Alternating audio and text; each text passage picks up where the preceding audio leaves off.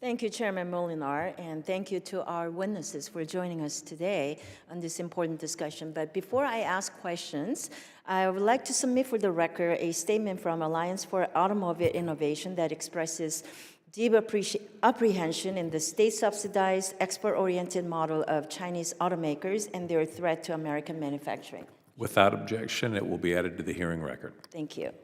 And secondly, I would like to also submit for the record a recent Goldman Sachs report showing how rising Chinese high-tech exports now coincide with slowing growth in importing countries as manufacturing losses outweigh import gains. It projects China growing about 0.6 percentage points faster annually, but at the expense of a 0.1 percentage point annual decrease for the rest of the world. Without objection. Thank you very much. So Chinese firms have a history of employing backdoor tactics to evade sanctions and gain access to U.S. markets. Examples include investing billions into Mexico's auto sector and acquiring foreign auto companies such as Volvo in 2010.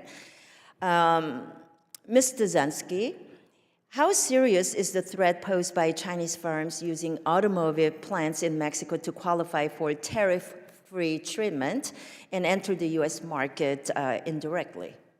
Thank you for the question.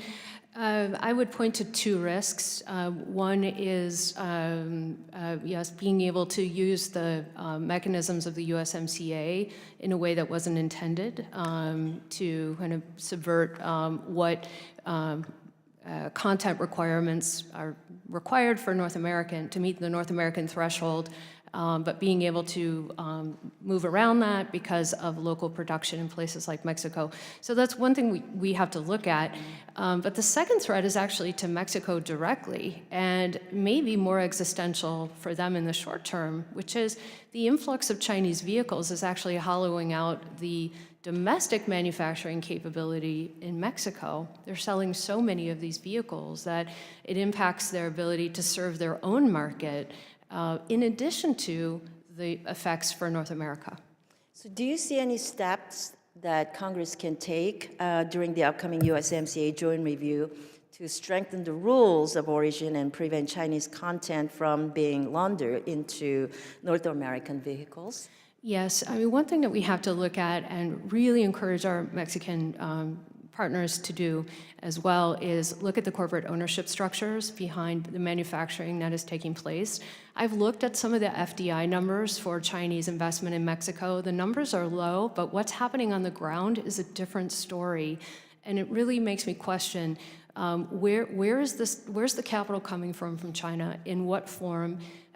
What kind of assembly is taking place? There's importation of assembled vehicles, but then there's also assembly taking place in Mexico and parts and products. So I think we have to work with the Mexicans to get to the bottom of that and root out where the money is coming from, what the corporate structures are, and what the impact is.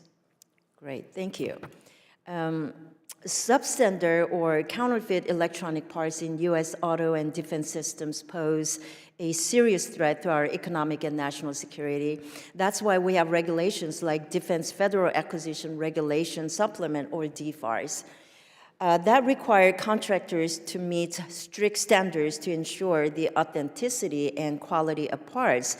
Mr. Ludwig, what threats do substandard, cloned, or even intentionally malignant parts pose to non-military infrastructure? I think the threats are quite real. Again, what I would emphasize is that American businesses and CEOs, they will be very rational actors and in search of lowering the costs of their products. And so what this means in practice is that there is always sort of the seeking of the lowest cost component. And I do think that many companies may not be doing proper diligence on the origins of those components, but rather purchasing those things because they are available in the American market. And so I think this points towards strengthening the restrictions in terms of trade inspections. Do you see any role that Congress can do to address those threats? As an engineer, honestly, policy is not my background or expertise, but I'm happy to get back to you with recommendations. Thank you. With that, I